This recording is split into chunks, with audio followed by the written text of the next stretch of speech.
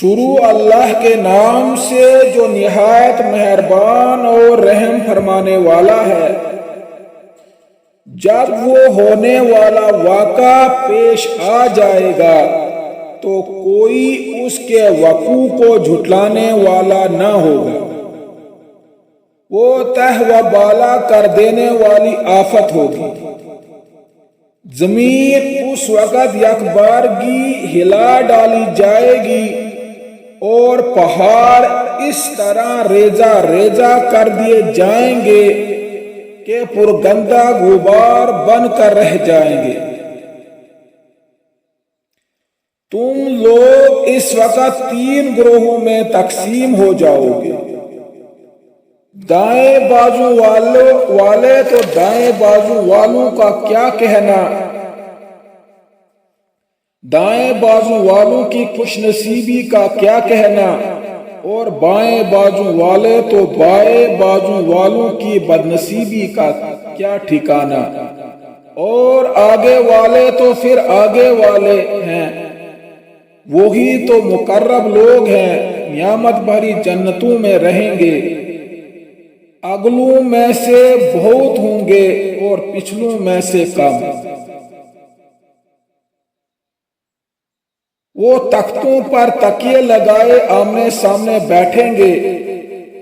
ان کی مجلسوں میں ابدی لڑکے شراب کے چشمے جاری سے لبریز پیالے اور کنٹر اور ساگر لیے ہوئے دوڑتے پھرتے ہوں گے، جسے پی کر نہ ان کا سر چکرائے گا نہ ان کی عقل میں فطور آئے گا، اور وہ ان کے سامنے طرح طرح کے لذیذ پھل پیش کریں گے، جسے چاہیں چن لیں، اور پرندوں کے گوشت پیش کریں گے، جس پرندے کا چاہے استعمال کریں، اور ان کے لیے خوبصورت آنکھوں والی حوریں ہوں گی، ایسی حسین جیسے چھپا کر رکھی ہوئی ہوں گی، چھپا کر رکھے ہوئے موتی کی طرح۔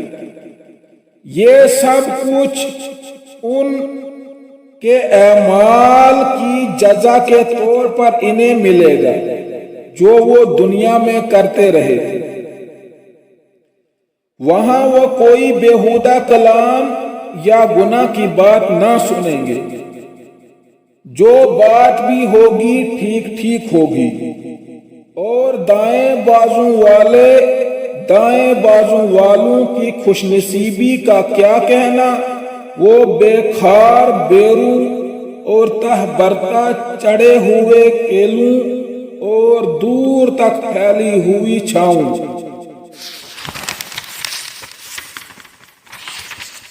اور ہر دم رواں پانی اور کبھی ختم نہ ہونے والے اور بے روک ٹوک ملنے والی بکثرت پھلوں اور اونچی نشست گاہوں میں ہوں گے۔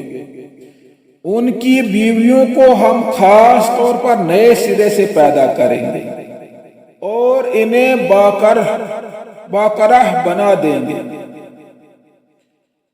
اپنے شوہروں کی عاشق اور عمر میں ہمسن، یہ کچھ دائیں بازو والوں کے لیے ہے۔